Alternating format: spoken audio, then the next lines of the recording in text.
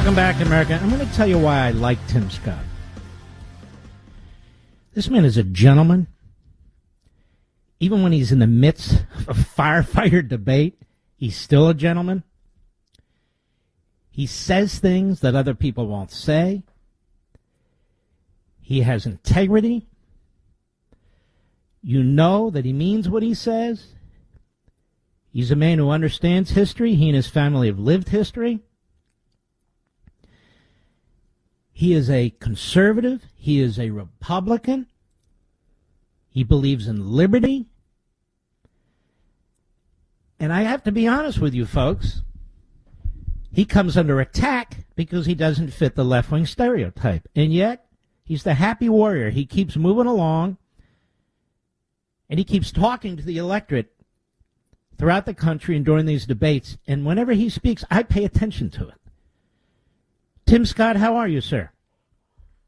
Mark, when you speak, I pay attention. There's no question that your intellect, your fire is something that stokes the embers of passion in my heart for our country. And I got to tell you, Mark, I know this is not what you asked me to talk about, but I got to tell you anyway.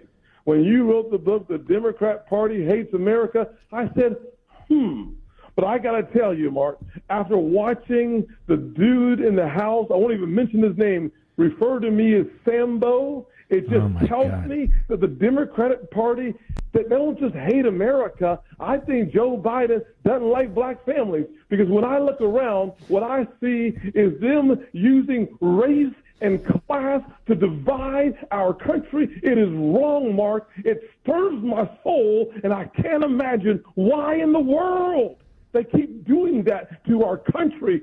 Poor black kids deserve better than the leadership we're seeing in Chicago and L.A. and around the country. I got to tell you, Mark, you got me fired up. Well, I'm going to tell you something, Senator. You say more in a couple of sentences than many of these politicians say in a lifetime, and it's very important coming from you.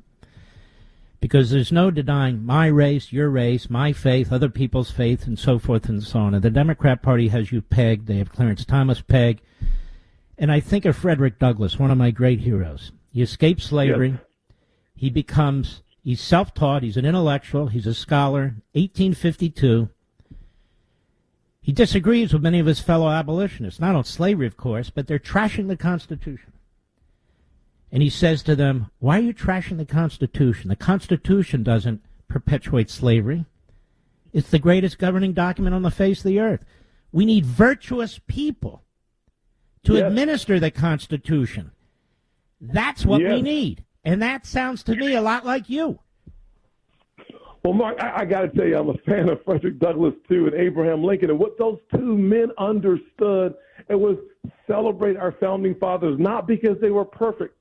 They were flawed, but it was the Constitution that was the anchor to absolute truth. And absolute truth is how we set people free. You see, Frederick Douglass understood that our Constitution and our Declaration of Independence gave inalienable rights. The Declaration says it well. Our rights don't come from each other. They come from a creator. And amongst those rights, life, liberty, and the pursuit of happiness, we must embrace our founding documents because they set people free. And the radical left, they're willing to lock poor kids into failing schools by having the teachers' unions stand in the doorway of the schoolhouse, trapping them in, and the DAs in these liberal elite cities unlocking the jailhouse and letting people out. It's just disgusting. It is disgusting. And you mentioned in the last debate something that almost nobody else would. And yet it's the truth. There have been scholars who've written about it. Even Patrick Moynihan wrote about it many years ago, the Democrat who became a Democrat senator from New York, which is that these social programs destroy the family of the poor, particularly the black family. They destroy the nuclear family. And they destroy the whole work ethic. And you so far, have been the only one who's even mentioned that. Tell me a little bit more about that. Well, Mark, if you think about it, listen, slavery was a great evil upon our nation. I make no excuses. I pull no punches. Slavery was evil. No good came out of slavery. But I must concede, and we should all take a close look, that the black family coming out of slavery, we survived poll taxes and literacy tests and even discrimination woven into the laws of our country. But the Great Society, introduced by LBJ, devastated poor and particularly black families by making the exchange, forcing the man out of the house so checks would come in the mail. The result of that has been devastation that you measure in these big blue cities in crime and in unemployment, in uneducated people. And hope deferred makes the heart sick. It is time for us to tell the whole story, Mark, that in the 1960s, 70+% of black kids grew up with two parents in the household. In the 2020s, 70% of black kids are growing up in a single parent household.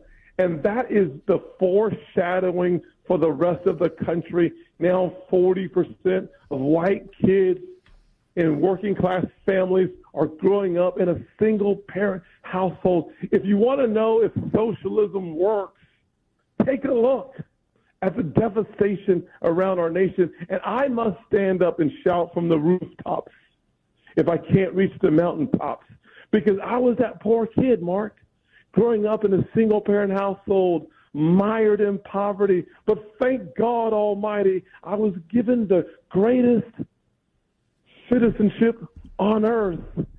And in America, you can rise beyond your circumstances. You can chart a new course. That's rare on earth. Senator, I know you have to go because you have to catch a plane. I want to have you back. But if people want to help you, where do they go? Mark, please ask everybody to go to votetimscott.com. I need your help. I need your help, and I need your resources, because the radical left, they're calling me everything but a child of God. But I'm going to stand in the fire. Votetimscott.com. God bless you.